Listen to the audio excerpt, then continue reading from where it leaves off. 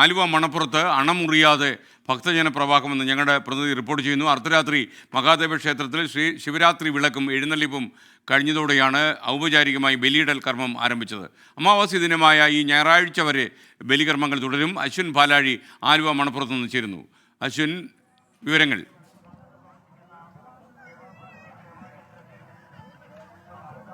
SKN Aluva മണപ്പുറത്ത് 116 ബലിത്തറകളാണ് ദേവസ്വം ഒരുക്കിയിരിക്കുന്നത്. ആ 116 ബലിത്തറകളിലും വലിയ ജനത്തിരക്കാണ്, ഭക്തജനത്തിരക്കാണ് ഇപ്പോഴും തുടരുന്നത്. നമ്മൾ പുലർച്ചെ കണ്ടതിലും അധികമായ ആളുകൾ ഇപ്പോഴും എത്തിക്കൊണ്ടിരിക്കുകയാണ്. നാളെ SKN സൂചിപ്പിച്ചുള്ള അമാവാസി ദിനമായ ഞായറാഴ്ച കൂടിയാണ്. അതുകൊണ്ട് തന്നെ ഇന്ന് ഉച്ചയ്ക്ക് ശേഷം 2 മണി മുതൽ അതിന്റെ പ്രത്യേക ചടങ്ങുകളും ക്ഷേത്രത്തിലുണ്ടാകും. അതുകൂടി പരിഗണിച്ചാണ് കൂടുതൽ ആളുകൾ ഇപ്പോഴും എത്തിക്കൊണ്ടിരിക്കുന്നത്. എന്തായാലും ഇത് തുടർച്ചയായി നാളെ ഉച്ചവരെ തന്നെ ഇതേ തിരക്ക് ഉണ്ടാകുമെന്നുള്ളതാണ് ഏറ്റവും പ്രധാനപ്പെട്ട കാര്യം. മുൻവർഷങ്ങളിലേതുപോലെ തന്നെ ഇത്തവണയും വലിയ ജനത്തിരക്കാണ് ഉണ്ടാകുന്നത്. എന്തായാലും ആ തിരക്ക് ഇപ്പോഴും തുടരുകയാണ്. ക്രമീകരണങ്ങളെല്ലാം തന്നെ അവർക്ക് വേണ്ടി കൂടുതലായി ഓരോ നിമിഷവും ആവശ്യമായതൊക്കെ ക്രമീകരിക്കുന്നുമുണ്ട്. Thank U.